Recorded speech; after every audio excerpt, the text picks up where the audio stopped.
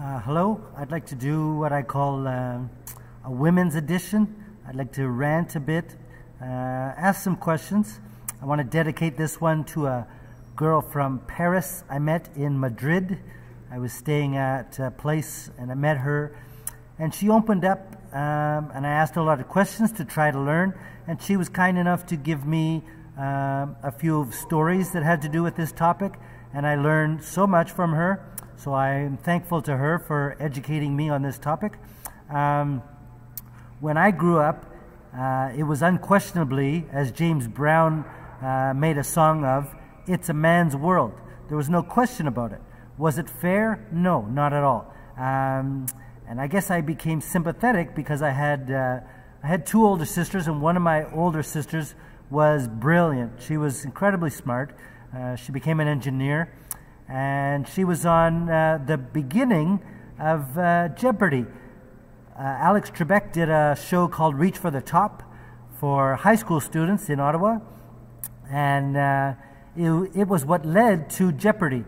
So I remember meeting Alex Trebek there, and my sister was brilliant. She was on the team from Elmwood High School, and I'll never forget, as brilliant as she was, she got a bit of stage fright and was afraid to hit the buzzer. Although, with all due respect, or whatever the phrase is, you're competing against 7 other brilliant people, 3 on your team and 4 on the other. And I can get a lot of questions on Jeopardy because I'm not competing with anybody. I can take my time. When you have to hurry, it's a different story. So I remember she only answered a few questions, but the fact that she was on the team was brilliant. So I remember learning that women are just as capable as men in most things. Intellectually, for sure. Sports, not exactly, and I'll talk about that in a minute. So I think that Canada does a fairly good job of being fair to women. I remember when I was in the government, they equalized pay for women. Before it wasn't. In the U.S., women only got the vote very recently. That is shameful. And if you don't know, there's a thing called the suffragette movement. You should look that up if you don't know, if you're not aware of that. So anyways, so my questions are this. Why do women continue to be treated unequally, so poorly, unfairly, whatever word you want to use? I happened to watch a video on YouTube. A woman was a doctor. She married a doctor. They had 2 kids, I believe. The guy was fooling around. She wanted to leave. She didn't leave quick enough, which is the cardinal sin. If you're going to leave, leave. Don't say, well, he won't, and blah, blah, blah. Just leave. If you have any hesitation, just leave. So she didn't, and she paid for it with her life, unfortunately. What I don't understand, I was in Tokyo, and another beautiful woman confided into me that the women are forced to wear high heels. They're forced to do a lot of things. They feel it's very unfair the way they're treated. Why is it? She doesn't know. She can't explain it, but you cannot complain about it. So this was another learning chance for me to learn that I knew about it, but I didn't hear a personal story.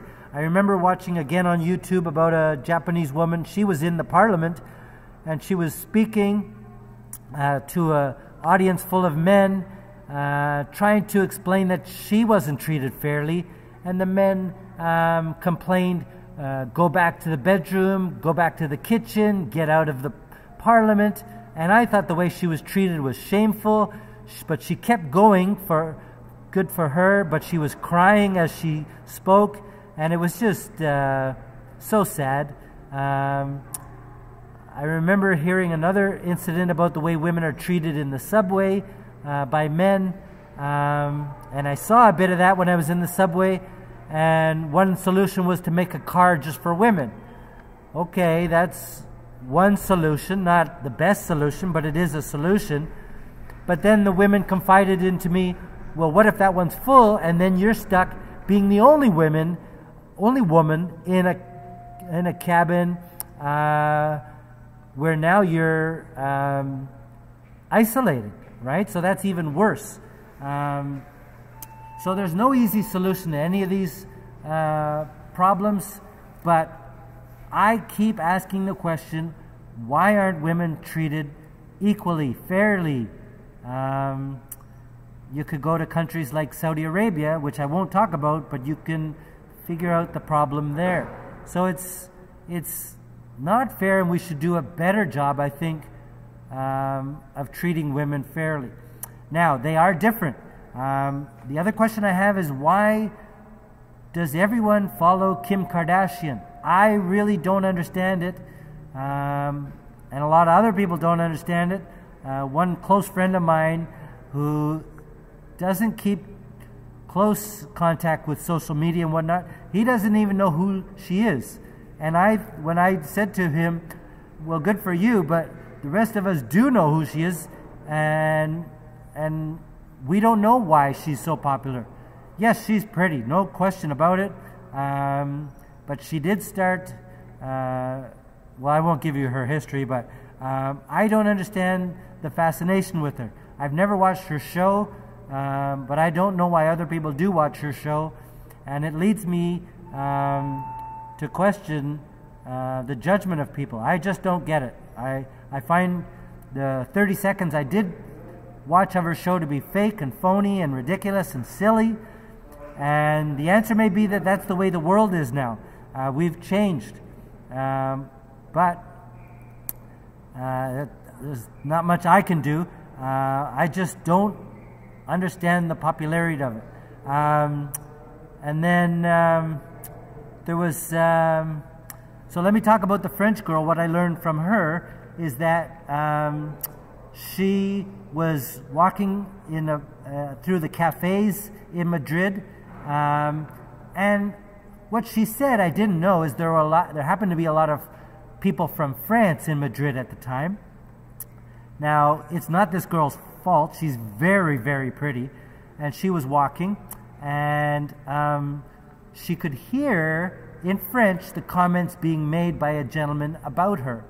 And to her credit, most women don't do this, but to her credit, she stopped and turned around and addressed him and said he was being rude, and that she spoke French and she knew exactly what he was saying, and that she thought it was despicable, that he was commenting about her, and she addressed him just perfectly, I thought, in a way that made her point clear, but not to demean him so much that he got violent with her. Just saying, you know, the fact that you're commenting about someone else is unnecessary. And I thought the way she handled it was perfect. I could tell by the way she was telling me that it bothered her and that she was upset by it, and that the thought that I had is, why does she even have to do this? Why are men still commenting about women and about the way they dress and this and that? I just don't understand it. Keep your comments to yourself. Treat women equally and with respect, and a lot of these problems will go away. I do remember my sister traveling in Italy, and I think it was her boyfriend at the time was sick, so he didn't go. And she said a lot of the Italian men put their hand on her behind. This happens a lot, I'm told. I don't know if it still does, but this was many years ago. And I just don't know why this continues to happen. Men need to behave like gentlemen all the time, not just some of the time, all the time. And it's a shame that this still goes on. So I'll ask you, do you think this will change? What needs to happen for it to change? Can men do better? I remember a girl paid a high compliment to me by saying she thought I was not only a gentleman, but she thought I was very fair to women. She had just finished playing, this was at Whistler, she had just finished playing with a guy in tennis, and the guy said, "Oh, you're pretty good for a woman." and she thought this was disrespectful. I don't think he meant it to be like that, but it came out like that, and she was upset by it. Now, a video I saw about John McEnroe, I'll end with this, leads me to question this. John said that Serena's the greatest woman player ever, and he was on NPR. And they asked him, well, why do you have to say woman? And he said, because if she was to compete with the men, she would be only down about 700 or 800. And everyone got upset with John McEnroe, who I think usually is correct. He may be abrupt, he may be, in his old days, he was had quite the temper, but when he's a commentator, he usually is honest and is usually correct. Now, my question is, why is it so hard for people to believe that? I spoke to a gentleman who played university competitive tennis, and he said that's correct, she would be. And actually, she made a bet with someone, I think it was anyone above 400, and this guy did play her, and he beat her handily. So I think about 700-800 is about right. But what happens is the commentators jump all over John McEnroe, feeling he's being disrespectful.